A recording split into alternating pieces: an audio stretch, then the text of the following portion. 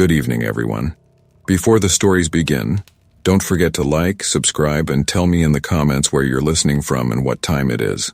The more you engage, the more these chilling tales will return to your feed. Now, let's step into the dark together.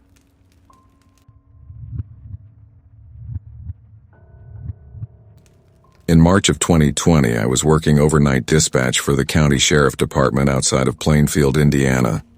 Night shifts were usually quiet.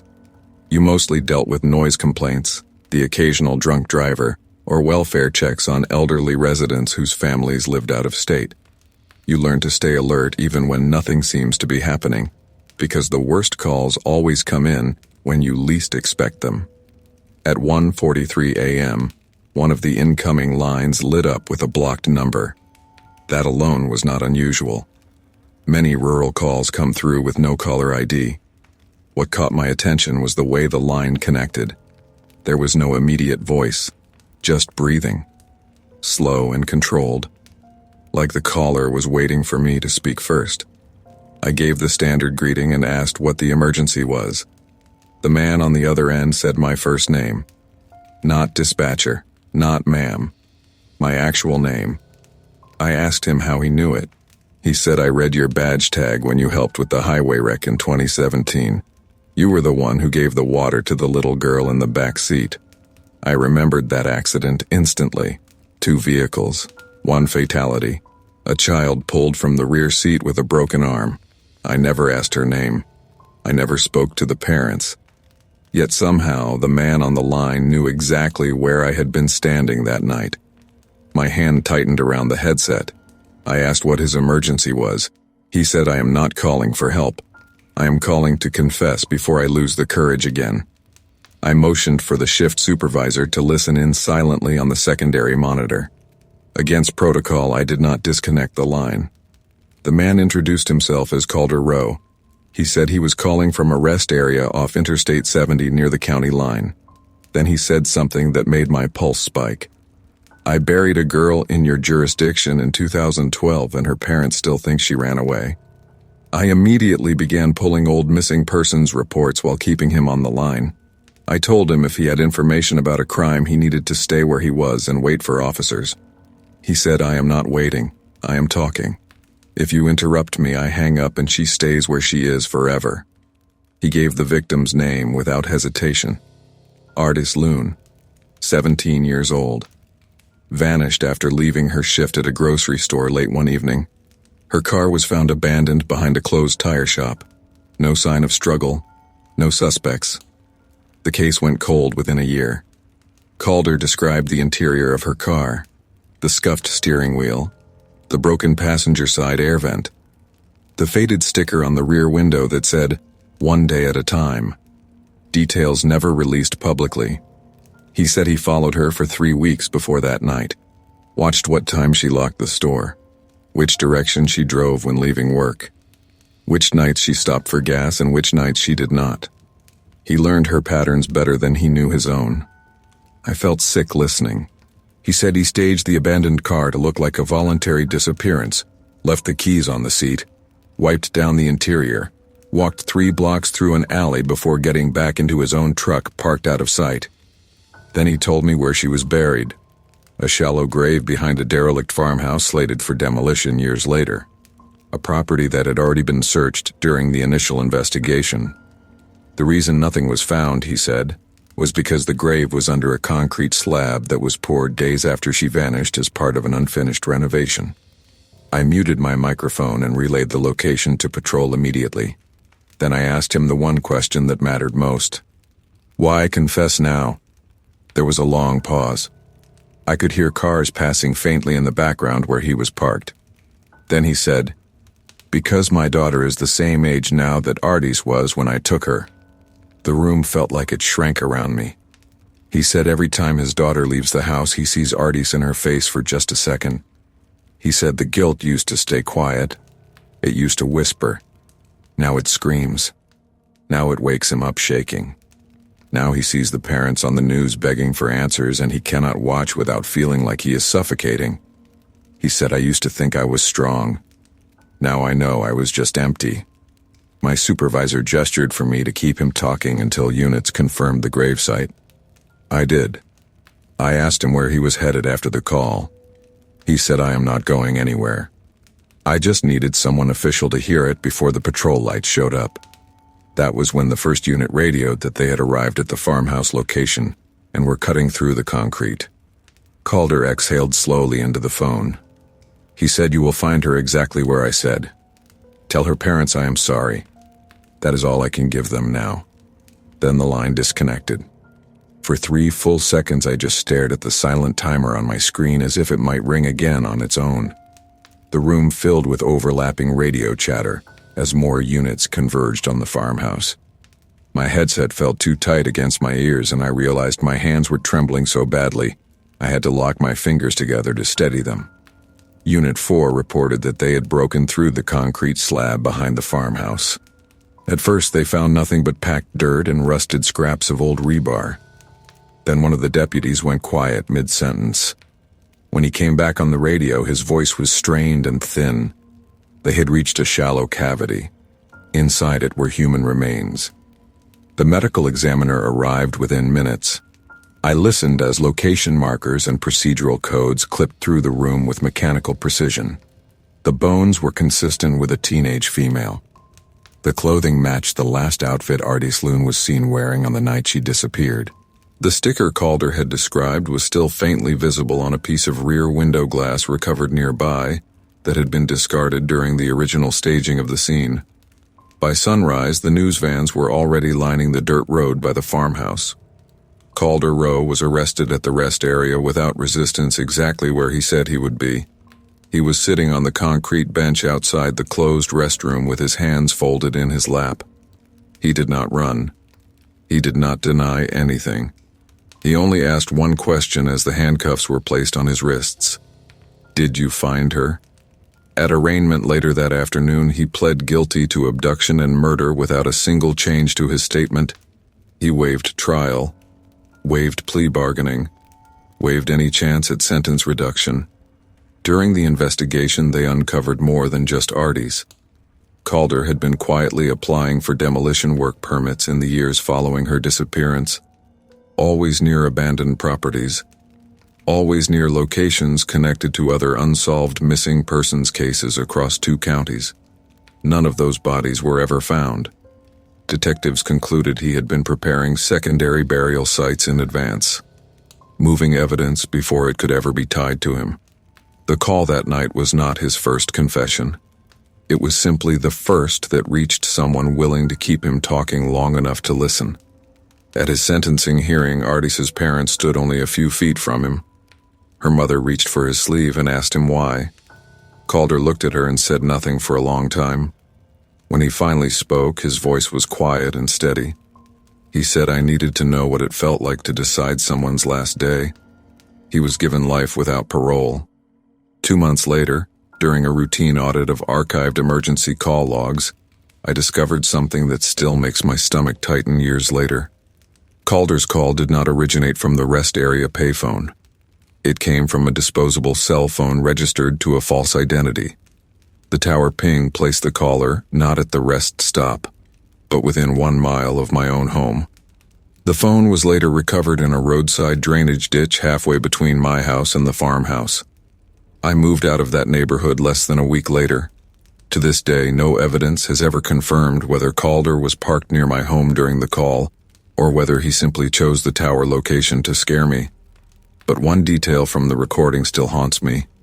Before he ever said Artis's name, before he ever began the confession, before I introduced myself, he addressed me by name, and I never figured out how he learned it.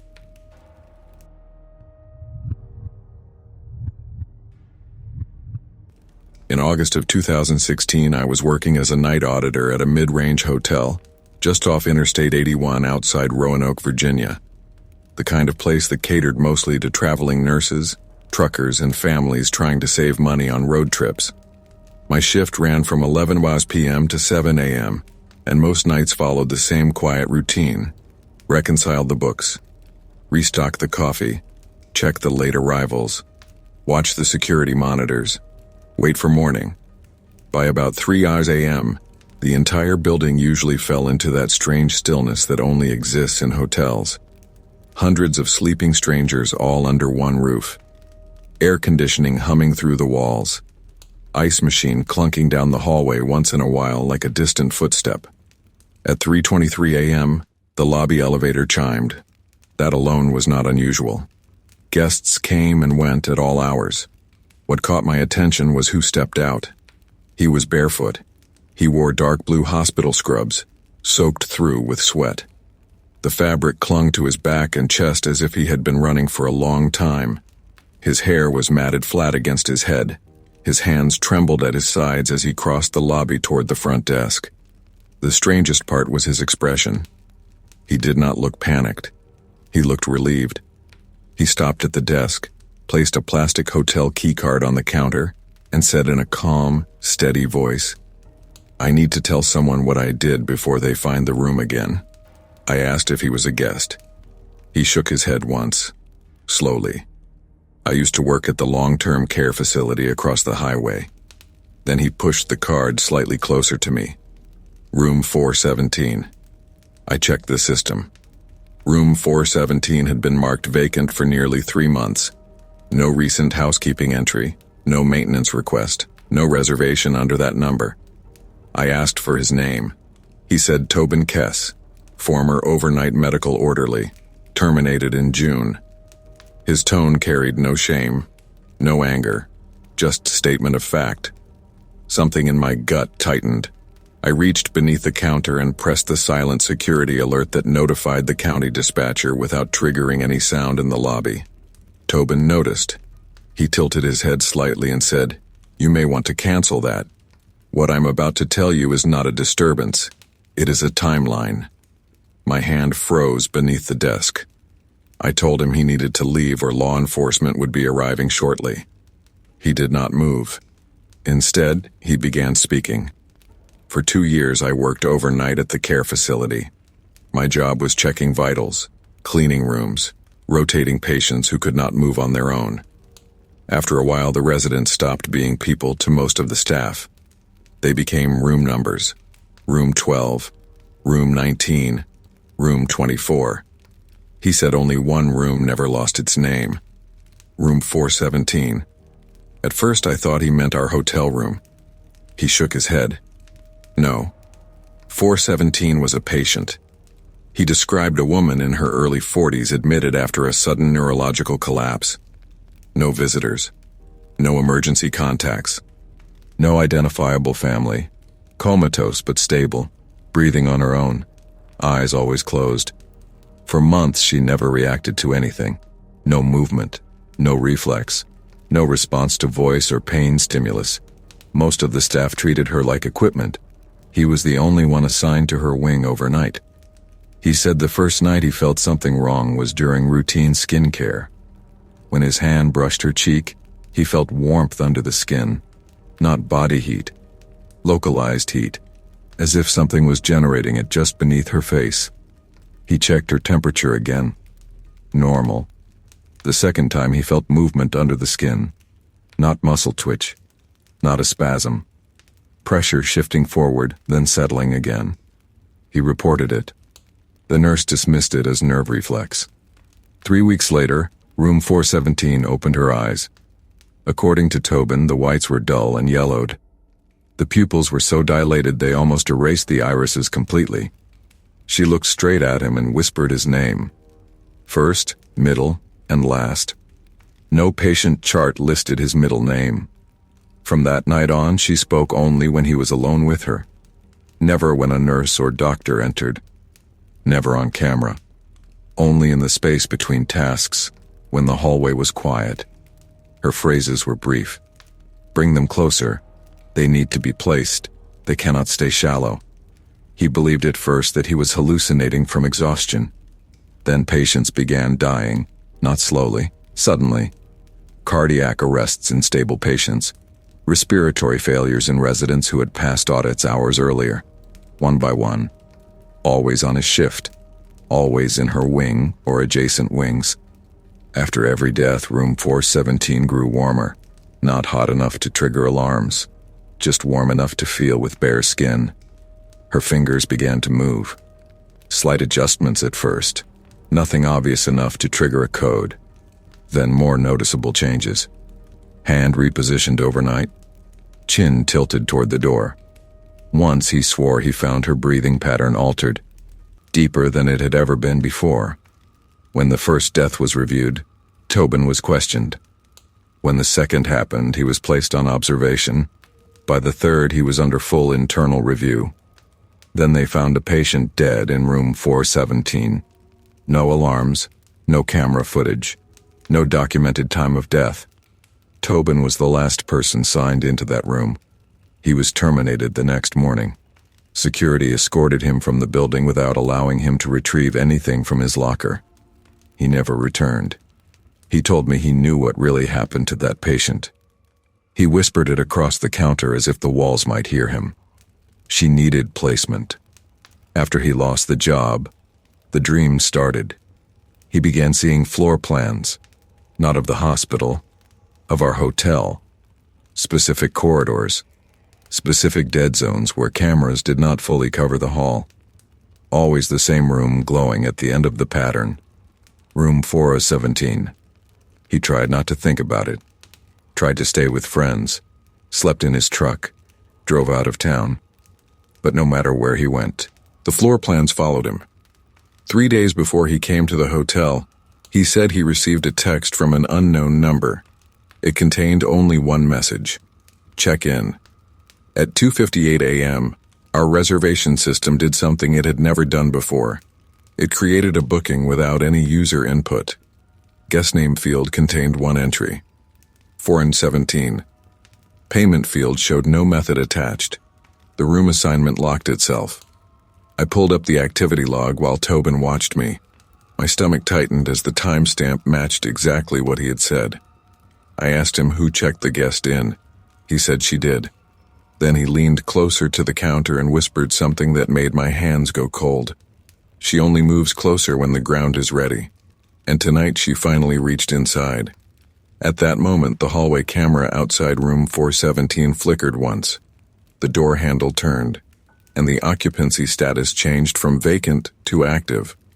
The occupancy status change was not a glitch.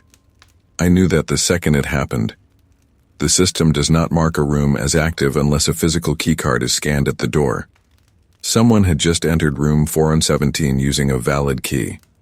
I told Tobin to stay exactly where he was and stepped into the back office to pull the live hallway feed. The camera outside room 417 showed the corridor empty. No movement, no person visible. The door was closed. The light above the room number was now glowing. I called our security contractor and asked them to dispatch immediately. Then I called county police. When I returned to the front desk, Tobin was leaning forward with both hands flat on the counter.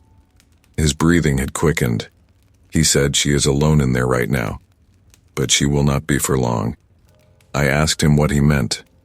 That was when the rest of the confession came out. He told me that room 417 at the care facility had not been a normal patient room. It was used for residents who were quietly transferred in from out of state under private medical contracts.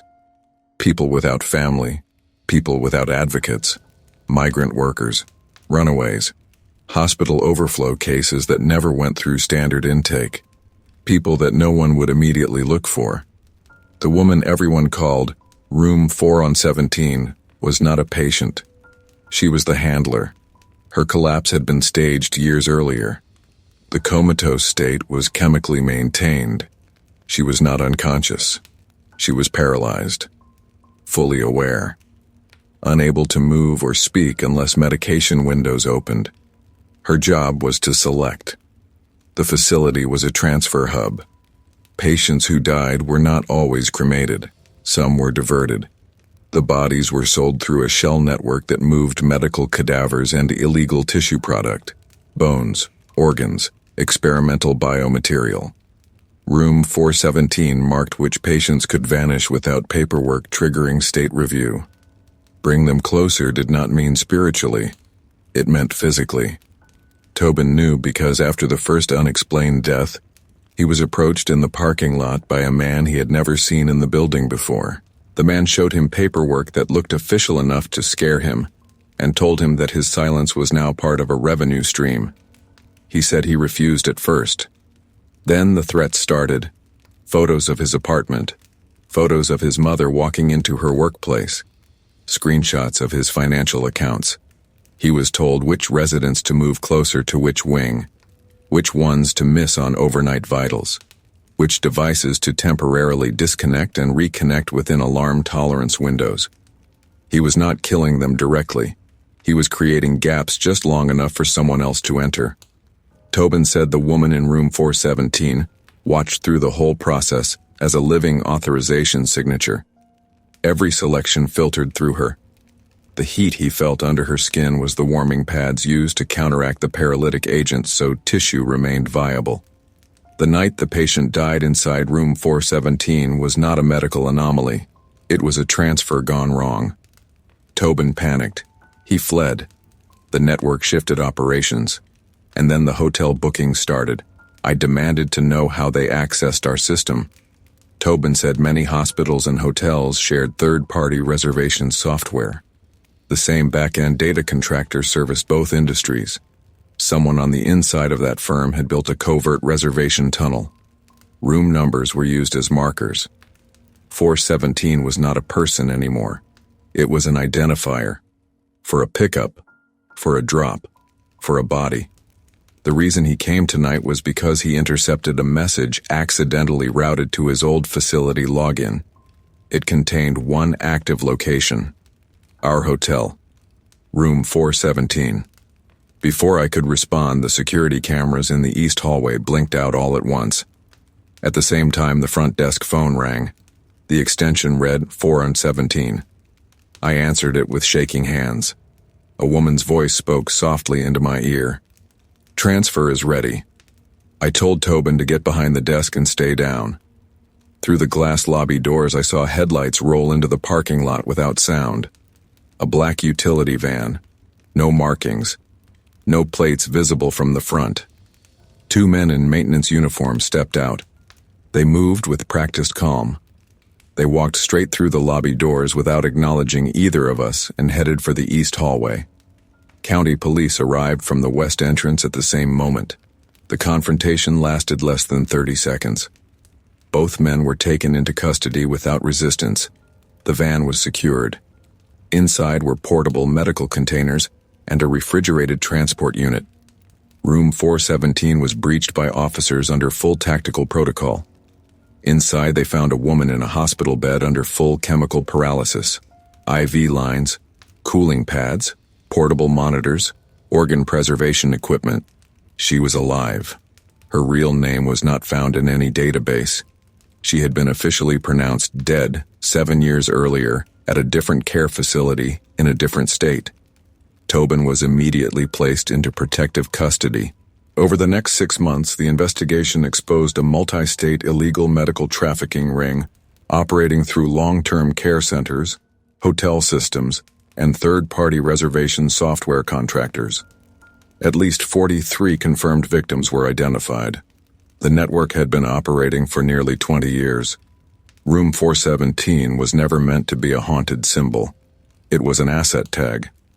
The woman survived long enough to testify. Then she disappeared from federal custody during transport. No footage, no record of extraction. Tobin remains alive under permanent witness identity protection. He has never returned to Virginia. Room 417 in our hotel no longer exists. The number was permanently removed from the property. Guests report that a gap now exists where the room should be, a stretch of wall with no door. And occasionally, our reservation system still attempts to assign a booking under the name 417, which now automatically triggers a federal systems lockdown. Every time.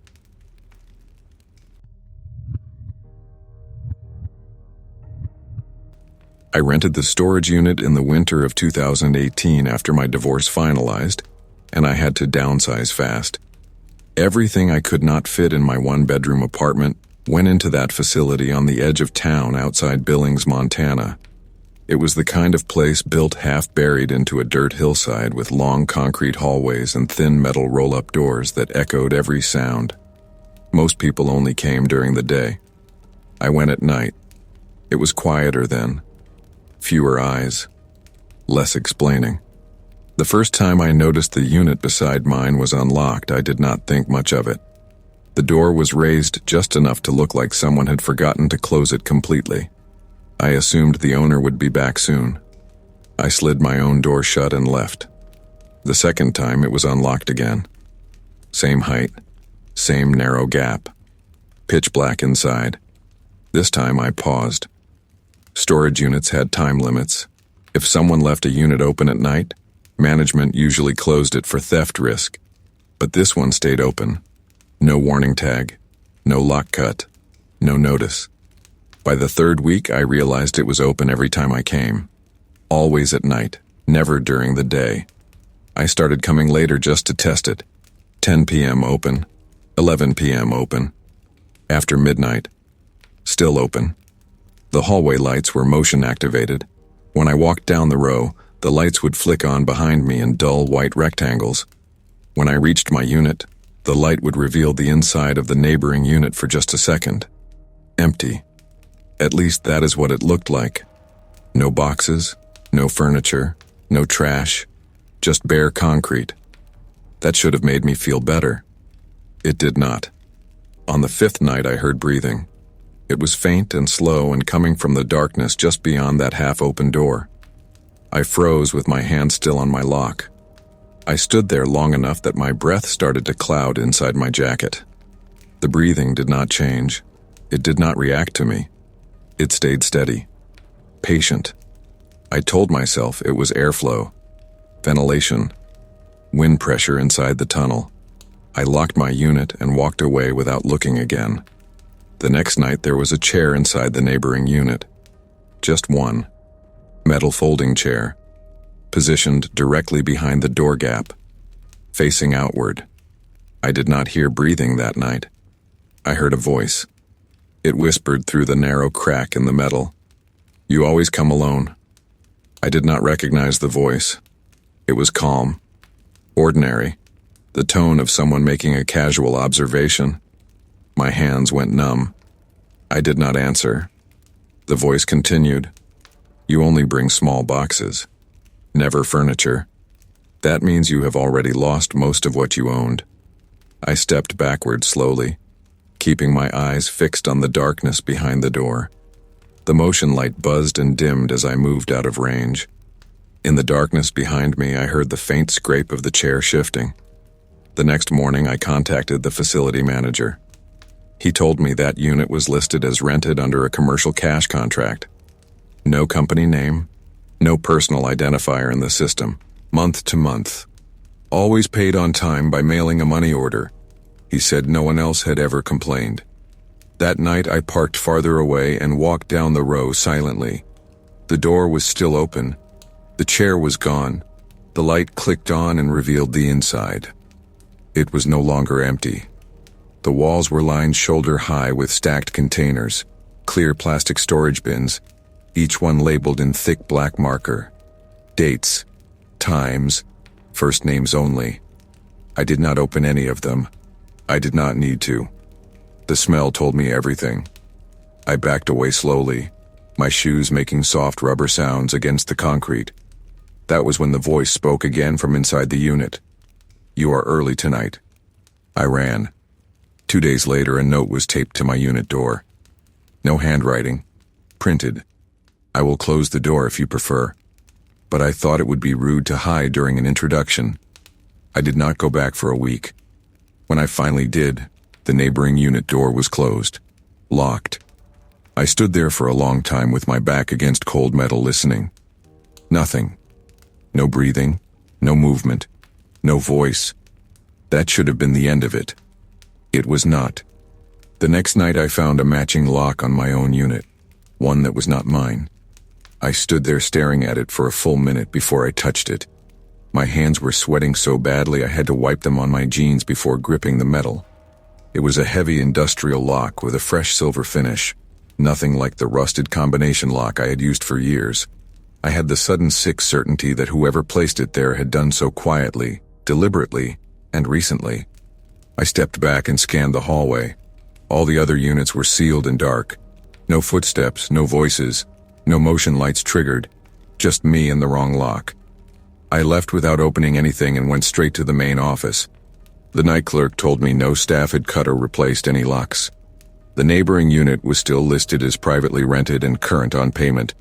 When I asked for the renter's name again, she hesitated, then told me the profile was flagged as restricted access in the system and could not be viewed by front desk employees. That was the first moment I felt real panic instead of curiosity. The following night I returned with a pair of bolt cutters borrowed from a coworker. I told myself I was only going to remove the lock from my own unit and retrieve my things so I would never have to come back again. When I reached my row, the neighboring unit door was already open. The chair had returned, and this time it was placed directly in the center of the opening, pulled close enough that whoever sat in it would be only inches from the hallway. The smell was stronger than before. Sweet, soured, heavy in the back of my throat. The voice spoke again, closer than it ever had. He told me I knew enough now that leaving would not change anything. He said I had been chosen because I came at night and because no one ever came with me. He said people who were not missed made the cleanest transitions. I told him I was calling the police. He laughed quietly and said I could, but that he had already been seen carrying me inside by every camera that mattered. I should have run. I know that now.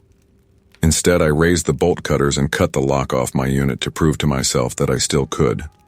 The moment it hit the floor, the chair inside the neighboring unit scraped forward and a hand emerged from the darkness, gripping the edge of the door. It was an ordinary hand, pale and clean, with short-trimmed nails. Nothing monstrous about it. That somehow made it worse. He stepped into the light slowly. Middle-aged. Average height. Neatly groomed beard. He wore disposable gloves and a hooded sweatshirt pulled low around his face. He told me his name did not matter anymore because the bins were already labeled. He gestured back toward them as if showing off a collection with quiet pride. He explained that the facility's blind camera angles and the late-night traffic patterns made it the perfect transition point. People entered through other parts of town and left in pieces that no one would ever connect. I tried to back away, but he moved faster than I expected. The strike was quick and precise, the kind of motion learned through repetition. I felt the pressure before I felt the pain. The world tipped sideways and I collapsed against the concrete. The last thing I saw before losing consciousness was him dragging the chair backward into the unit to clear the doorway. I woke up in darkness with pressure against my chest and wrists so tight I could feel my pulse in my fingertips. My vision swam as my eyes adjusted to the dim emergency light glowing from the hallway. I was on the concrete floor just inside his unit. The plastic bins towered around me. I could smell the truth of them now without distance to soften it. He knelt beside me and told me he never enjoyed the endings, only the preparation. He said it made him feel less like a monster and more like a professional. What he did not know was that when I fell, my elbow had struck the emergency latch on one of the bins behind me. The lid cracked open just enough for me to see what was inside. Clothing, torn labels, shoes in pairs. I recognized one of the names written on the bin from a missing poster that had hung at the grocery store for months before being taken down. That realization gave me the strength I did not know I had. When he turned away to reach for his tools, I slammed the loose lid against his wrist with everything I had left. He screamed and stumbled backward. I rolled, hit the floor hard, and forced my numb legs to move. I do not remember standing. I only remember hitting the hallway at a run and not looking back. I did not stop until I reached the front gate where the emergency call box was mounted. I hit it until it rang. Police arrived within minutes. By the time they breached the unit, it was empty. The bins were gone. The chair was gone. The floor had been power washed. Management later admitted that a vendor truck had exited the facility less than 4 minutes after the emergency call registered. 3 months later, another facility, 2 counties away, uncovered nearly identical units with different names on the bins. The man was never found. The company that owned the facilities quietly changed hands that same quarter. As for me, I never retrieved what I stored there. I never went back. Sometimes at night I still hear the breathing in quiet places. I still see the printed dates when I close my eyes. And every time I pass a storage facility after dark, I slow down just enough to look for one door that is slightly open. Because now I know, if one is open, someone is probably inside, waiting.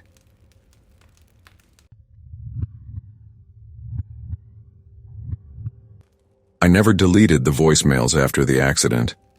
I told myself it was because I was not ready to let go. The truth was darker than that. I was terrified of what would happen if her voice disappeared completely. When you lose someone suddenly, their voice becomes the last proof that they were ever real. Without it, the world starts insisting they were only a memory. Her name was Althea. We had been together for 5 years. She died on a rain-slick highway outside Phoenix when a semi jackknifed across 3 lanes without warning. I was not in the car. That fact still feels like a betrayal every time I think about it. She had been driving back from a late shift and had left me 3 voicemails within the last hour of her life. They were ordinary messages, complaints about traffic, a reminder to take the chicken out of the freezer, a tired "I love you" at the end of the final one. For months after the funeral, I listened to them every night. Same order, same routine. It was how I fell asleep. It was how I kept myself from waking up to the truth that the house was empty. 6 months after the accident, I received a new voicemail from her number. At first, I assumed it was a delayed network error. Old systems do strange things. I did not even feel fear at that moment. Just confusion. When I tapped play, I expected static or silence. Instead, I heard her breathing. Not speaking. Just breathing into the phone as if she did not realize the recording had started yet. The sound was faint but unmistakably hers. I felt a jolt of cold run down my spine.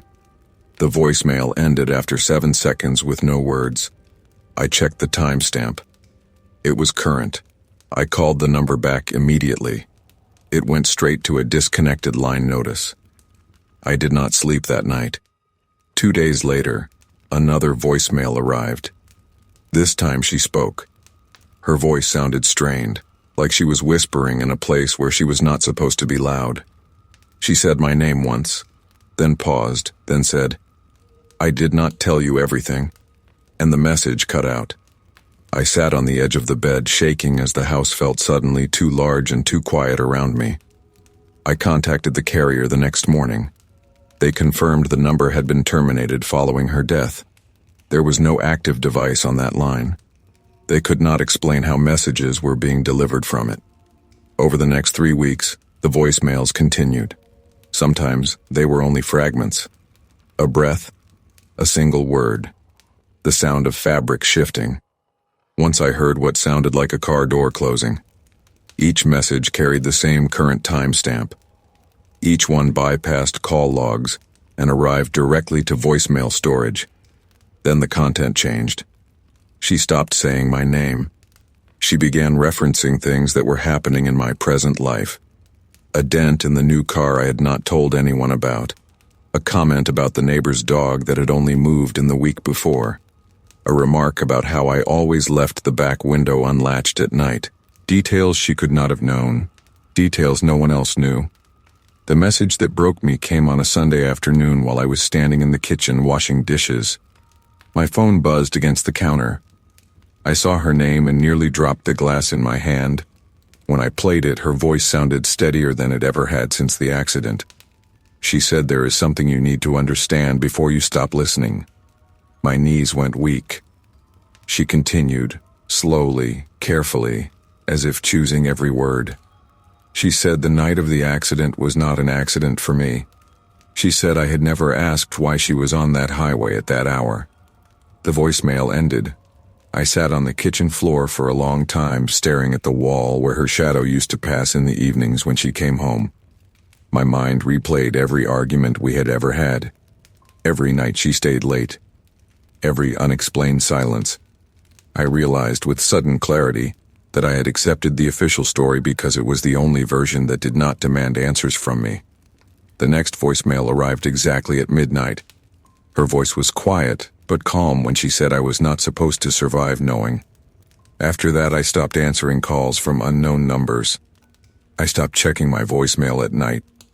I even changed my phone settings so new messages would not autoplay.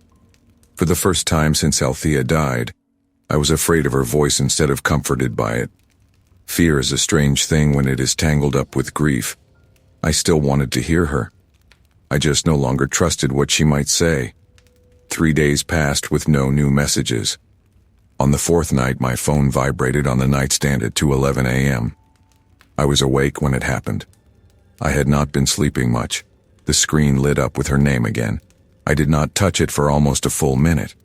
My heart was pounding so hard it felt like it was pressing against my ribs.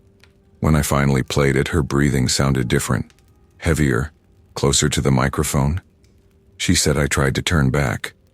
I sat up slowly in bed. She said that when she realized what was about to happen, she tried to make a choice that the story would never mention. She said there was another car involved that night long before the semi-jackknifed. A dark SUV that had been pacing her for miles. No headlights. No plate visible in her mirrors. She said she kept changing lanes and it kept following. She said she had been afraid to call me. Then her voice softened. She said she was afraid of what I would say if she did. The message ended with the faint sound of a turn signal clicking. That morning I went back through the official accident reports for the first time since the funeral. I had avoided them for months. The details were clean. Too clean. Single vehicle loss of control triggered by a commercial truck skid. No mention of any other vehicle. No secondary footage recovered. The dash cam on the semi had malfunctioned. I told myself that grief rearranges memories, that doubt grows when there is no closure, that this was my mind trying to invent meaning in randomness. Then the next voicemail arrived. She said I followed the instructions you never knew I was given. My legs went weak when I heard that. She said the calls started weeks before the crash, from blocked numbers, short messages at first, threats wrapped in calm voices. They told her when to leave work, which route to take, what would happen to me if she deviated. She said she never believed them at first. Then they sent her a photograph of our kitchen window taken from inside the house while we were both at work. She said that was when she knew they were not bluffing. That night, I tore apart the house looking for anything out of place. I checked the windows, the attic, the crawl space, the storage shed behind the house. Nothing looked disturbed. Nothing looked wrong. And that frightened me more than if I had found something broken. The next message came the following evening. She said I was chosen because I was the part that would survive. I replayed that line over and over. I could not decide whether it was meant as a comfort or a sentence. I called the carrier again. I escalated the issue. They ran full trace diagnostics on my line. They confirmed that the packets were being injected directly into voicemail infrastructure through a spoofed gateway. Not a phone, not a SIM card. A server route. Someone with network-level access. Someone who knew exactly how to bypass origin tracking. The technician told me very carefully that whoever was doing this was not playing with consumer tools. They were inside the system. The next voicemail arrived just after sunset. She said you were never supposed to be part of this.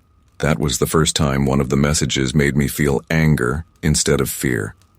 I shouted at the empty kitchen that night. I asked who they were. I asked what they wanted. I asked why they had used her voice. I asked what they planned to do to me. The reply came less than a minute later. She said you were never the target. I stopped going to work. I stopped answering emails. I unplugged every smart device in the house. I bought blackout curtains. I slept with the lights on. I kept the phone on me at all times, even though it was the one thing I feared most. The final voicemail arrived on the 1-year anniversary of the crash. Her voice sounded clearer than it ever had before. Not strained. Not distant. Almost like she was standing in the room with me. She said, "If you are hearing this one, it means I failed." My vision blurred as I listened. She said the plan had been simple. Drive the route, trigger the chain reaction, disappear into official language and sealed reports, leave you alive and unthreatening so you would never look deeper. She said the reason the messages continued was not mercy.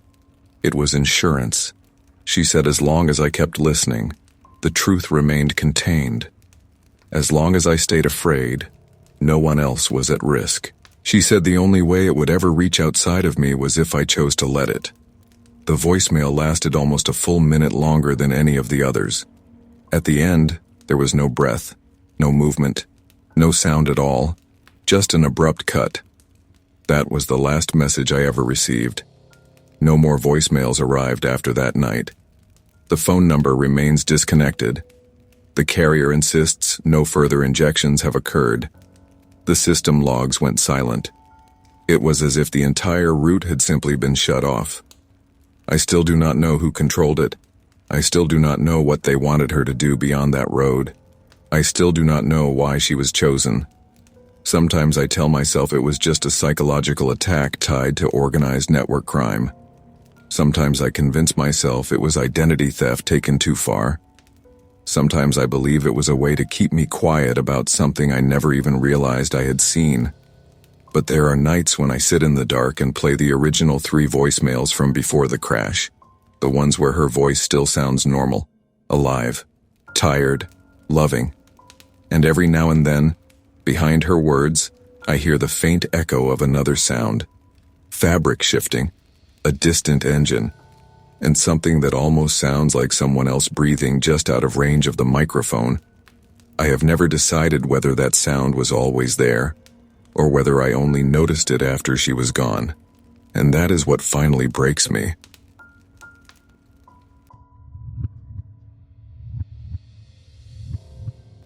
The first time I realized something was wrong with the house was not because of the noise. It was because of the smell. It drifted up through the floor vents late at night, faint but unmistakable, like damp concrete mixed with bleach and old fabric. I lived in the basement apartment of a split-level house in northern Ohio, a cheap rental I took after my warehouse job cut my hours, and I needed something fast. The landlord, a quiet man named Rourke, lived upstairs with his wife and never entered the basement without notice, or so I thought at the time. The basement itself had been partially renovated. 1 bedroom, 1 bathroom, a small kitchen, and a long, narrow storage room at the back that was sealed off by a painted metal door. The door was always locked. I assumed it led to the main foundation crawl space or a utility access tunnel, and never thought much about it. Rourke told me during the walkthrough that everything behind it was structural and not part of the rental. That seemed normal enough. The smell started about 2 weeks after I moved in. At first, I blamed the old pipes or the drain in the floor near the washing hookups. I poured chemicals down every outlet I could find. The smell always came back. Not every night. Just often enough to make me uneasy. Then the sounds started. They were not loud. They were worse than loud. They were careful. Soft taps that traveled through the walls at random times. Sometimes they came from the ceiling. Sometimes from the far end of the basement behind that painted door.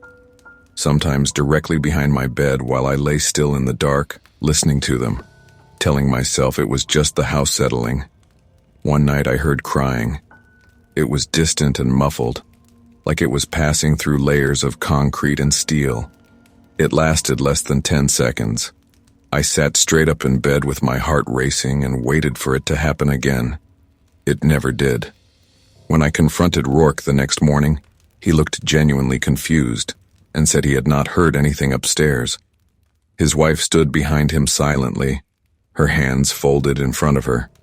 She never looked at me. After that, the crying became more frequent.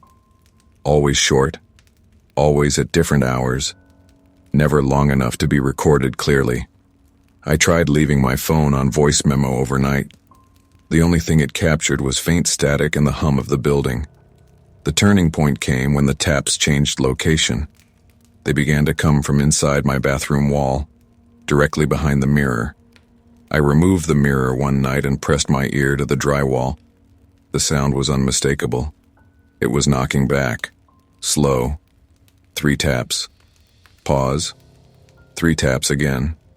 I knew then it was not pipes. Pipes do not respond. The next morning I confronted Rourke sharply and demanded he open the painted door at the back of the basement. He refused. He said that space was not safe and not up to code. He told me if I was unhappy I could break the lease without penalty. That was the moment I realized how badly he wanted me gone. I did not leave. Instead, I waited.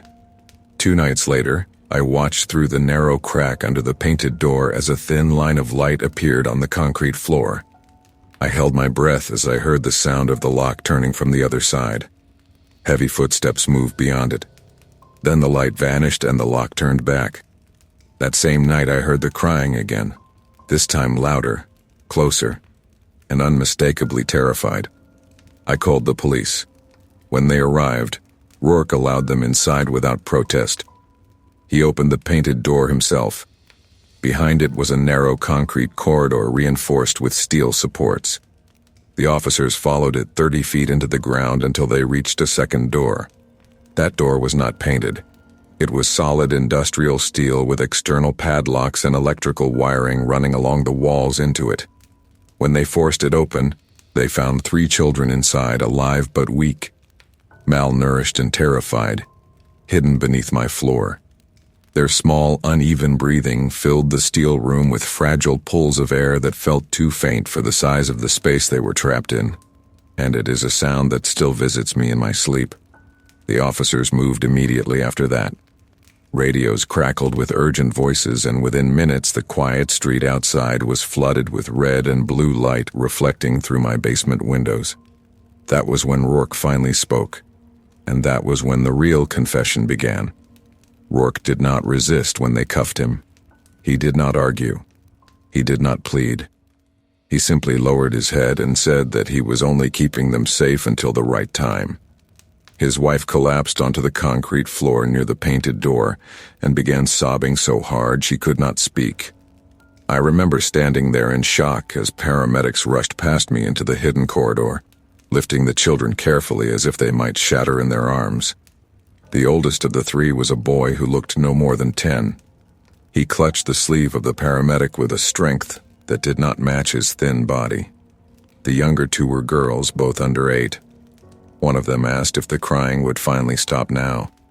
That question stayed with me longer than anything else that night. The investigation that followed unraveled the truth far worse than anything I had imagined while lying awake, listening to those sounds through the walls. Rourke had worked in residential construction for over 20 years. He specialized in renovations beneath existing homes, basements, crawl spaces, structural reinforcements. It gave him access to parts of houses that no one ever looked at once the drywall was sealed. The children had not been taken at random. Each one had been reported missing years apart from neighboring counties. Runaways, foster system cases, children who already lived on the edges of attention. He had used job sites to intercept them, offering rides with promises of work, food, or shelter. By the time anyone realized they were gone, the trail was already cold. The steel room under my apartment was not his first. It was just the one that finally failed. What the police found on his property shocked even the seasoned investigators. Behind layers of falsified renovation permits and concealed work orders, they uncovered evidence of at least 4 previous locations across 2 states where similar hidden rooms had once existed before being sealed behind new foundations. The older locations had been emptied long before my house. What happened to the children who had once occupied those spaces is something the public was never fully told. Rourke's wife was not innocent, but she was not the architect either. She had discovered the first hidden room years earlier and had been too afraid to leave. By the time more children were added, fear had turned into silence, and silence into complicity. Her charges reflected that truth. She was sentenced, but she lived. Rourke did not. He took his life in a holding cell 3 weeks after his arrest, leaving behind a ledger filled with dates, addresses, and coded notes that investigators are still dissecting years later. The children recovered from beneath my floor survived. They were hospitalized for months. Rehabilitation was long and painful. Physical therapy had to restore muscles that had forgotten how to bear weight. Trauma counseling followed for years. I attended one of the reunification hearings for the oldest boy when his biological aunt was finally located through DNA tracing. Watching him walk into that courtroom holding someone's hand instead of a steel wall is still the closest thing to a miracle I have ever witnessed. The youngest girl, the one who asked if the crying would finally stop, now lives with a foster family just a few miles from where I work. I know because I see her at the grocery store sometimes she does not recognize me. That is a gift I am grateful for. My landlord's property was condemned and demolished 6 months later. When the concrete was torn apart, it revealed just how extensive the hidden corridor had been. The painted door had only been the final barrier. Beyond it, the foundation itself had been manipulated and expanded through years of careful construction work that no inspector ever flagged because it was always hidden behind approved projects. I moved out the night of the rescue and never returned. I left behind every possession I owned in that basement. I did not even go back for my clothes. Nothing I had down there was worth the memory of the sounds that lived inside those walls. For a long time afterward, silence unsettled me more than noise. I kept radios playing in rooms where no one was sitting. I slept with lights on. I caught myself listening for taps inside every building I entered. Trauma does not leave all at once. It fades in uneven waves. But life did not end in that basement. The children lived. One of them plays soccer now. One of them paints. One of them is learning to read without flinching at every sudden sound. I know because their recovery became public after the trial concluded. The community raised money quietly. Therapy was covered. New names were given. New futures were built. Sometimes I think about the painted door and how close ordinary life can sit to unimaginable horror without either one realizing it. Sometimes I wonder how many people have walked across floors like mine and never known what was beneath them. But every morning I wake up in my new place and feel sunlight instead of concrete above me. I breathe freely without listening for crying in the walls. I remember that I did not leave when it would have been easier to walk away. And because of that choice, 3 children who were never supposed to see daylight again now grow up under open sky.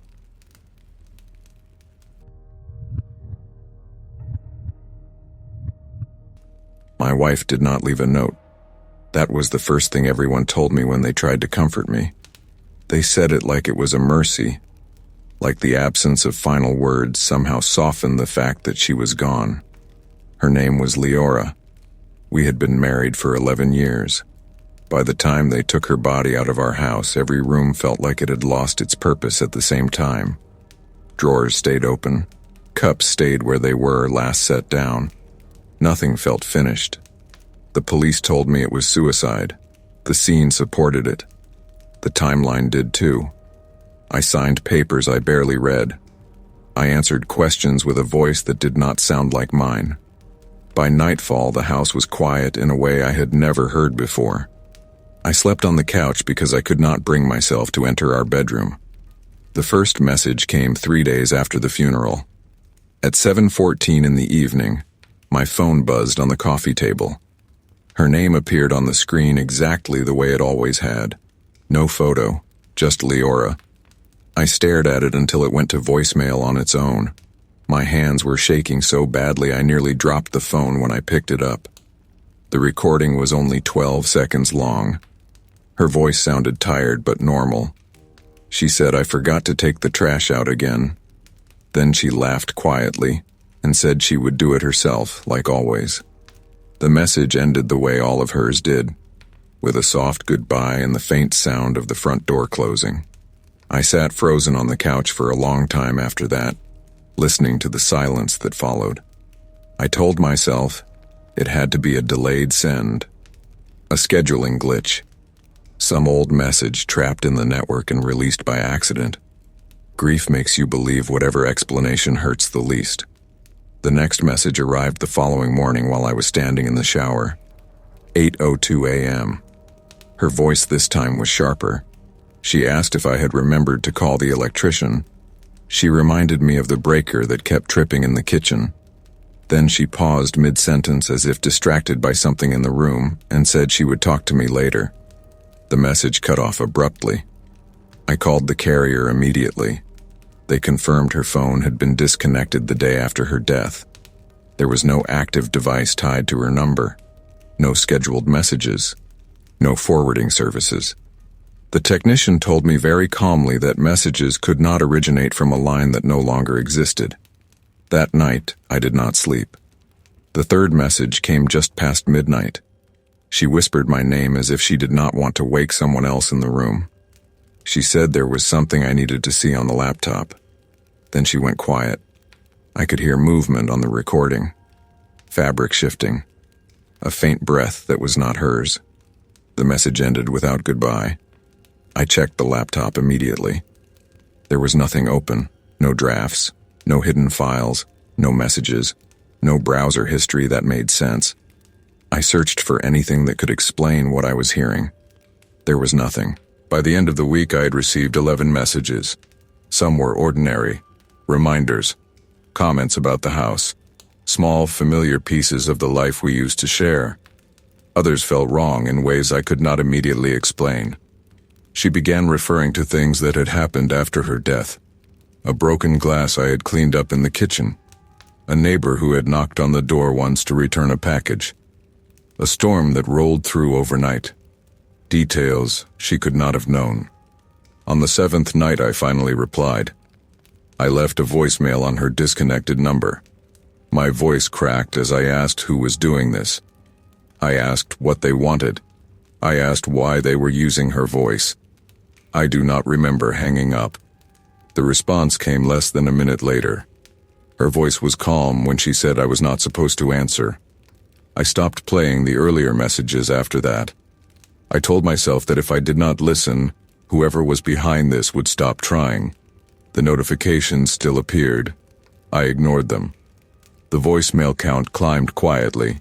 2, 5, 11, 19. Then one morning I woke up to a notification that did not show her name. It showed a contact number, unknown. The message was not from her voice. It was a man's voice. He spoke slowly and clearly. He said he was sorry for what I was about to learn. He said that my wife had scheduled everything very carefully. He said that my ignorance had been part of the plan. Then he hung up. My phone vibrated again almost immediately. Leora's name filled the screen. This time, when I pressed play, her voice did not sound like a message meant for me. It sounded like a recording meant for someone else that I was never supposed to hear. She said I will send it when he is ready. He does not need to know everything at once. He will not break fast enough. And then the final words of the message turned my blood cold. She said he trusts you. Those words stayed in my head long after the message ended. I stood in the kitchen staring at the dark screen of my phone, replaying her voice again and again, trying to understand who she had been talking to and why she believed my trust even mattered anymore. I did not notice the sun setting until the room around me had already gone dim. When my phone vibrated again, I felt it in my bones before I felt it in my hand. This time the message was longer. Her voice sounded different, steadier, as if she had accepted something difficult and no longer felt the need to hide it. She said that I had always been good at believing the version of things that kept the peace. She said that was why she stayed as long as she did. Then she said the man who was helping her had promised to make sure I eventually understood. Not right away. Not gently. Completely. I dropped the phone on the counter and backed away from it as if it might move on its own. I locked every door in the house, even the one to the garage that barely closed properly anymore. I unplugged the landline. I sat awake all night with every light on, listening for sounds that never came. The only thing that kept returning was the vibration of my phone every few hours as new messages stacked up unanswered. By morning, I had 31 missed voicemails. I drove straight to her sister's house without calling first. When she opened the door and saw my face, she tried to close it immediately. I stopped it with my hand before I realized what I was doing. I asked her how long she had known. She did not ask what I meant. She only looked past me into the street as if someone might be watching and told me to leave before I made things worse for both of us. That was when I knew the messages were not a trick. On the drive back home, another voicemail came in. This time it was the man again. He told me he had been seeing my wife for nearly 2 years. He said she never planned to leave me the traditional way because she was afraid of what I might do if I felt abandoned. He said the messages were her idea, a way for her to speak the truth without ever having to face me alive while doing it. He said she had recorded everything weeks before she died and given the files to him with instructions on exactly when to release each one. When I demanded to know why he had agreed to it, he was quiet for a long time before answering. Then he said because she was terrified of me in ways I chose not to see. The next messages stopped sounding like everyday reminders. They became pieces of a life I had never touched. She talked about the nights she sat in her car after work and cried instead of coming home. She talked about how carefully she learned to phrase things so I would not get angry without realizing I was angry. She talked about how loneliness can exist even when someone is standing right next to you every night. I wanted to deny all of it. I wanted to say she was exaggerating to justify what she had done. But every message lined up with moments I remembered only in my version. The fights I thought were small. The silence I thought was normal. The way she used to look at me when she thought I was not paying attention. Then came the message I was never supposed to hear until the end. Her voice was shaking in that final recording. She said the accident was not planned. She said she had intended to leave in stages, using the messages to prepare me for the truth at a distance. She said the night she died, she had only gone out to meet him one last time to say goodbye before disappearing from my life entirely. The crash had robbed her of the ending she had chosen. She said the messages continued because he could not bring himself to stop them once they had started, because the truth had begun moving through me whether he wanted it to or not, because in some small way, finishing what she started felt like the only way to honor her. The last message arrived just after midnight. She said, "I am sorry you learned it this way. I am sorry I could not trust you with my truth while I was breathing. I am sorry that love was not enough to make us safe." Then she went quiet for several seconds, before saying goodbye one final time. No more messages came after that. The man never contacted me again. Her sister stopped answering my calls altogether. The house became unbearable in a different way than before. Not empty, but crowded with versions of a marriage I did not recognize until it was already over. I learned that it is possible to survive loss without surviving the story you told yourself about who you were inside it. The police closed her case as an accident. There was nothing criminal for them to pursue. The messages were not a crime. The truth was not illegal. It was only irreversible. I still live in the same house. Some nights my phone stays silent. Other nights I feel phantom vibrations that never register on the screen. I do not know if that is guilt or memory or fear. I only know that the woman I married trusted a stranger with her final truth because she did not believe I could carry it while she lived. That is the part of her I will never be able to bury.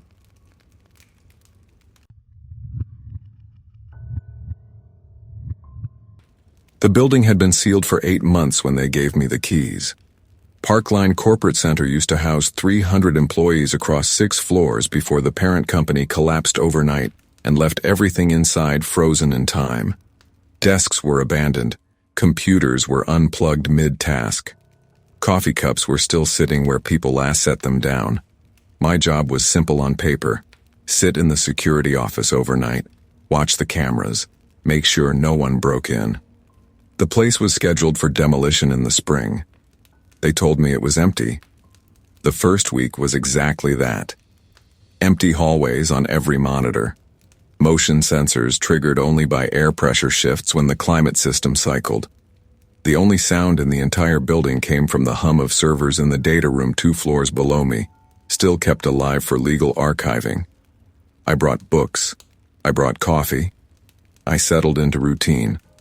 On the 8th night, a motion alert triggered in the west stairwell on camera 14. The feed flicked on and showed nothing. just concrete steps and a handrail lit by emergency lighting. I logged it as a sensor glitch. The next night it happened again at the exact same time. Same stairwell, same camera, same empty frame. By the end of the second week, the alerts were consistent. Every night at 2:13 a.m., camera 14 activated for exactly 9 seconds. Always empty. I asked the daytime supervisor if any contractors were accessing the building overnight. He showed me the access logs. No entries, no badge scans, no service passes issued after business hours for months. He told me motion sensors often drift when buildings sit unused. That explanation would have satisfied me if the timing had not been exact down to the second every single night. On the 15th night, camera 14 activated again at 2:13.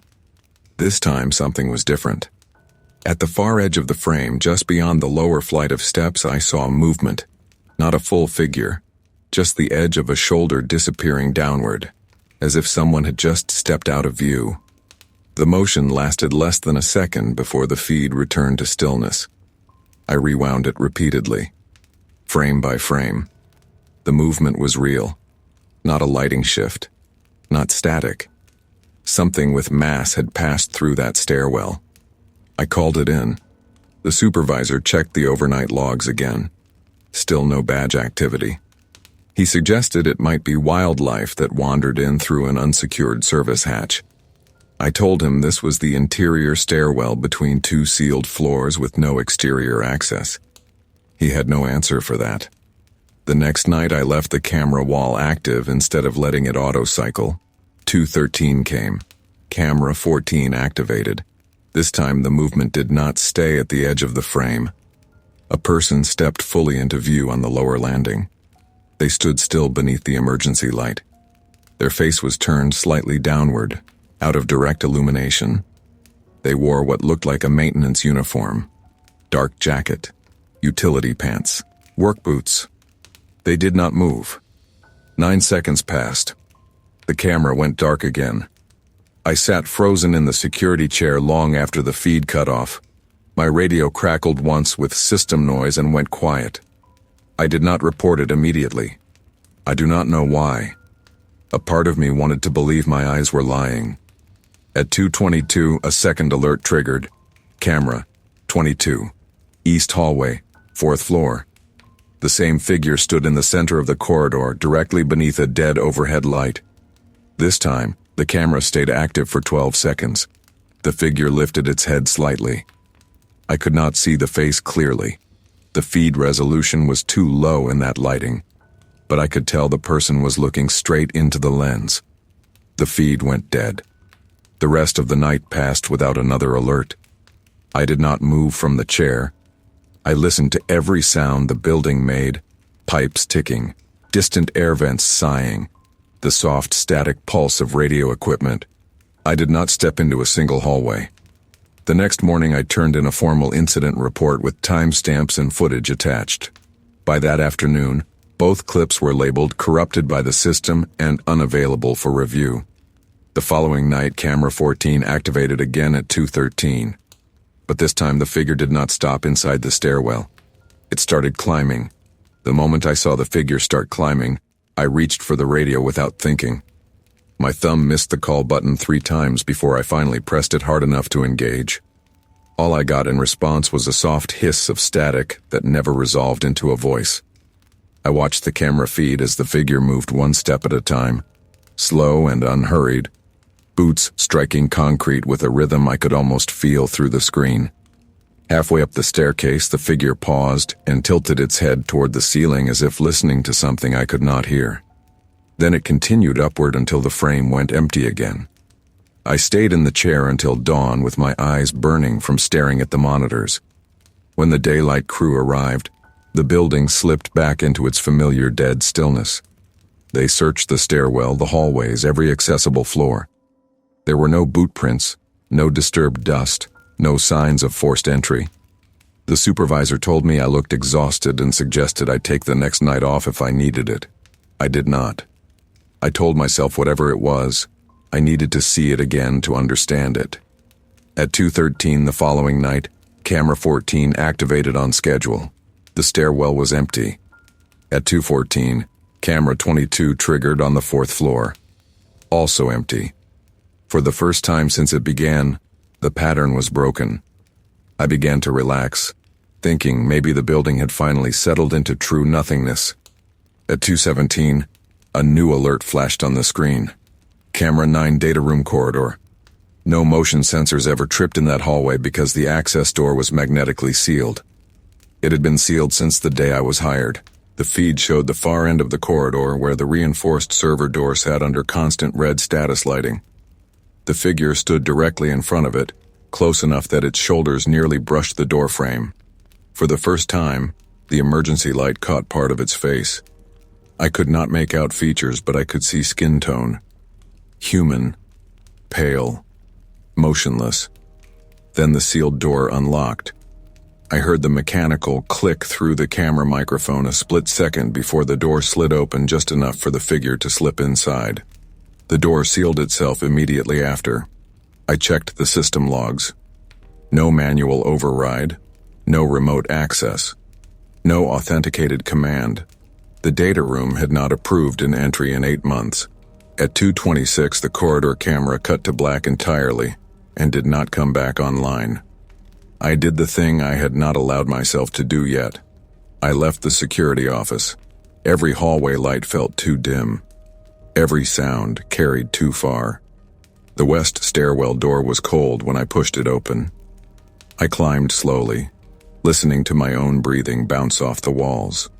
When I reached the 4th floor hallway where I had seen the figure earlier, the air felt different, warmer, stale, like a room that had been occupied.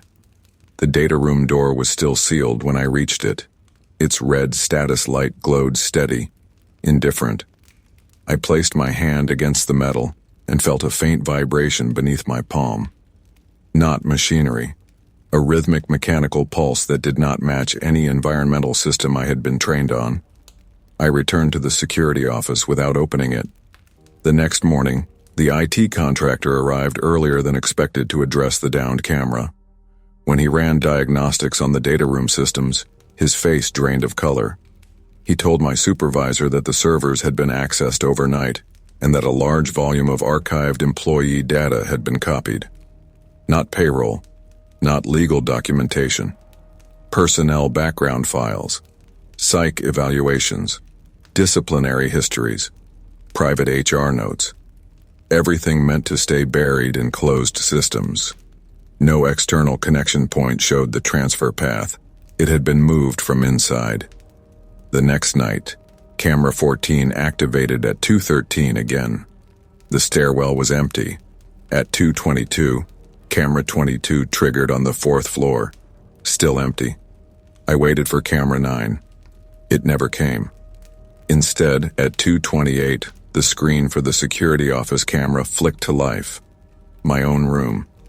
The feed showed the back of the chair I was sitting in from an angle that should have been impossible, because that camera faced the exterior door.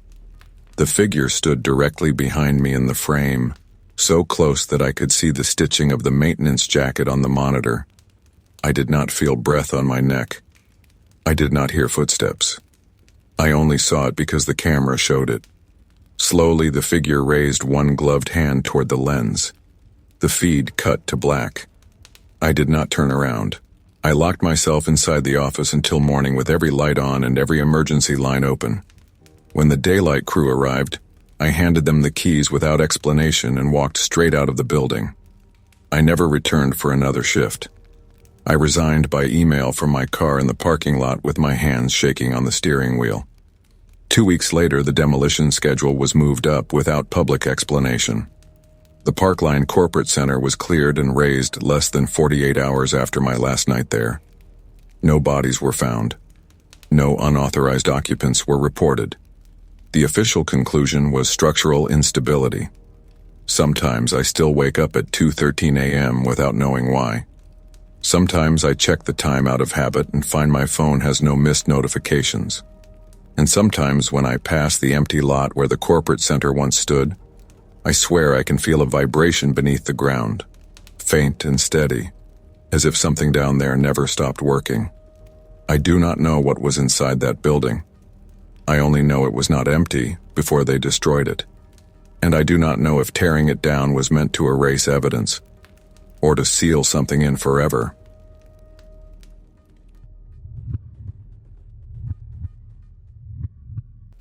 We moved into the house on a quiet street outside Wichita in late spring. The kind of neighborhood where kids rode bikes in the evenings and everyone trimmed their lawns on the same day without needing to coordinate it. It felt safe in that ordinary way that makes you stop being alert without realizing it. Our son Milo was 6 then, full of scraped knees and endless questions. Our daughter Arden was 4, still small enough to fall asleep in the back seat on short drives. My wife Corinne said the first night we unpacked that for the first time in years she felt like she could finally exhale. The man next door introduced himself the following afternoon. His name was Everett. Late 60s, thin, neatly dressed, always standing straight as if posture had once been mandatory for him. He brought over a small box of cookies from a local bakery and welcomed us to the street. He spoke softly, and never for too long. When the kids came running out onto the porch behind us, his whole face softened in a way that felt warm and harmless. He knelt slightly, asked them their names, told them he used to have children their age once, and wished us a good evening before walking back across the yard. That was the first time we noticed he liked to sit on his porch. Every evening just before sunset, Everett would take the same chair out to the same spot and sit facing our yard. At first, I barely registered it. Neighbors sit on porches. That is what they are for. He never waved, never called out. He just sat there quietly while our kids played, his hands folded in his lap, his gaze steady and unblinking. Corinne mentioned it to me casually one night while rinsing dishes. She said it was nice having someone older watching out while the kids played near the street. I agreed and did not think about it again. Weeks passed like that. Everett never missed a day. Rain or shine, he was there. If the kids were outside, he was watching. If they stayed in, his porch was empty. On the days Milo had soccer practice and the yard sat quiet, the chair remained stacked against his wall like it had never been touched. The first time I felt uncomfortable about it was after Milo told me Everett knew his schedule. We were tucking him into bed when he said our neighbor told him good luck at his school field trip the next day. I asked how Everett would know about that, and Milo shrugged and said he must have heard us talking outside earlier. That explanation sat wrong with me, but I did not press it. Kids misinterpret things. Adults overthink them. A month later, Corinne found a small bag of new Matchbox cars on our porch with a short note attached for Milo. No signature. Just, for your collection. Everett denied leaving them when she thanked him the next day. He smiled politely and said he had no idea what she meant. She assumed he was being modest and let it go. After that, gifts began appearing every few weeks. Chalk for the driveway. A new jump rope. A book Arden had once pointed out at the library. Always things that matched their interests a little too well. Always unmarked. Always dropped off overnight. Corinne began insisting we tell him to stop. I hesitated. It felt rude. He was old. He lived alone. He watched our kids play every evening like it was the highlight of his day. I told myself that was lonely behavior, not dangerous behavior. The breaking point came at the neighborhood summer party in August. Everett did not attend, but I watched from the grill as Milo and Arden ran between sprinklers and lawn chairs. At one point, Arden tripped and scraped her arm. She cried for exactly 3 seconds before Corin scooped her up and took her inside. Everett was on his porch the entire time. Later that night, after the kids were asleep, someone knocked on our door. Everett stood on the porch holding a small medical kit. He said he had seen Arden fall and thought we might want antiseptic for her arm. Corinne stood frozen behind me as I thanked him and told him we had already taken care of it. He smiled and said he had hoped we would. That night, Corinne told me she no longer felt comfortable letting the children play outside alone. I agreed without hesitation and promised we would talk to Everett the next day. We never got the chance. 2 mornings later, Milo did not come back inside when Corinne called him in for lunch. She assumed he was still in the yard with his chalk and ball. 10 minutes passed. Then 20. I stepped outside and called his name down the street. Nothing answered back but the wind moving through parked cars. We searched the house first, then the yard, then the neighbors' front lawns. Panic did not arrive all at once. It rose slowly, and then all at once shattered into certainty. Milo was gone. The police arrived within minutes of our call. Officers spread across the street questioning neighbors, checking security cameras, canvassing yards. One of them approached Everett's porch. He answered his door immediately and invited them inside without being asked. By nightfall, Corinne was sobbing into a blanket on our couch while detectives reviewed footage from nearby houses.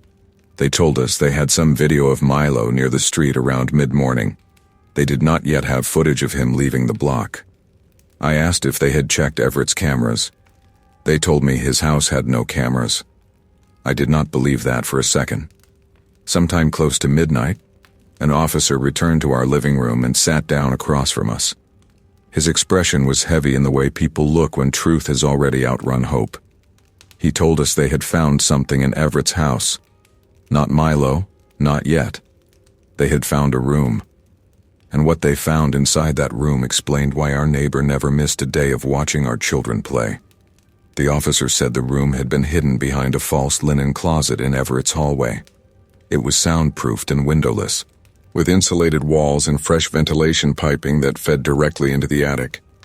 Inside it were shelves stacked with binders, digital drives labeled by year, and hundreds of photographs printed and organized into clear plastic sleeves. Every binder was marked with dates. Every date matched one of the days Everett had sat on his porch. The photographs were not random. They were our children.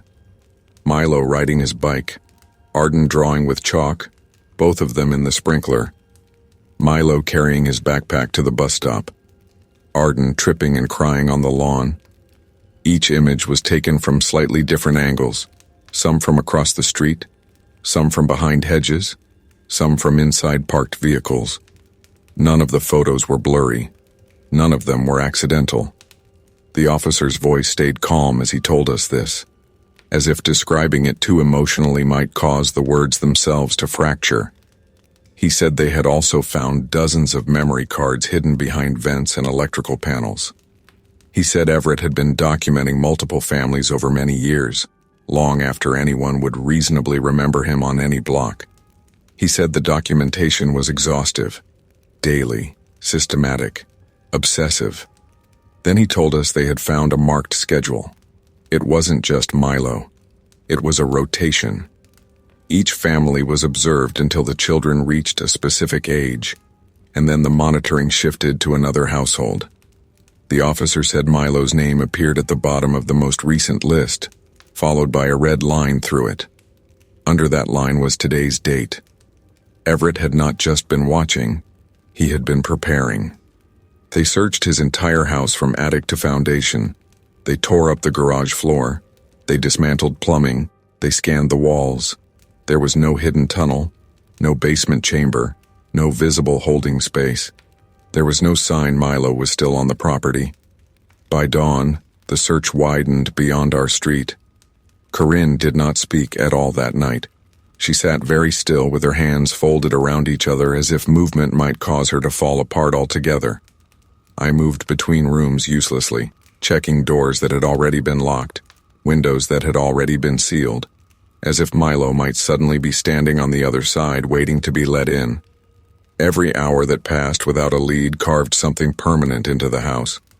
Everett was taken into custody quietly at sunrise. He did not resist.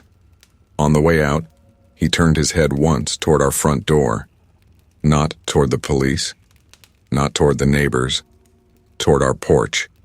He looked at the empty space where our children usually ran in circles at that hour. For just a moment, something like disappointment crossed his face. During his first interview, he asked only one thing. He wanted to know whether Milo had finished his chalk drawing from earlier that morning. The detectives ended the session immediately after that. They never recovered Milo. No trace of him appeared on any road camera. No footage caught him leaving the block. No evidence surfaced at any transport station. No confession produced a location. Everett did not speak again after his initial statements. Every question we needed answered was met with silence that did not break under threat, plea, or time. The binders told the rest of the story in fragments we did not want to read but were forced to understand. Families moved away years after they had lived under Everett's quiet observation. Records of children who later went missing in other states. Some found, some never. The pattern was not constant enough to trigger alarms. It was methodical enough to disappear into statistics. Corinne left the house 3 weeks after Milo vanished. She could not sleep in any room where his laughter once lived. Arden stopped drawing altogether. She flinched whenever someone stood still behind her. At night, she asked if the porch light was on. Everett was diagnosed as competent to stand trial. He never testified. He died in his cell before proceedings began, taking with him every location, every route, every detail that might have led to Milo. The official ruling was natural causes. The result was the same either way. Some endings do not arrive with answers. They arrive with absence. We sold the house the following spring. New paint covered the porch. New families moved in. New children play in the same yards where Milo once ran. Sometimes I drive past at sunset and see someone sitting on a porch down the block, watching quietly. I never slow down to look long enough to learn their face.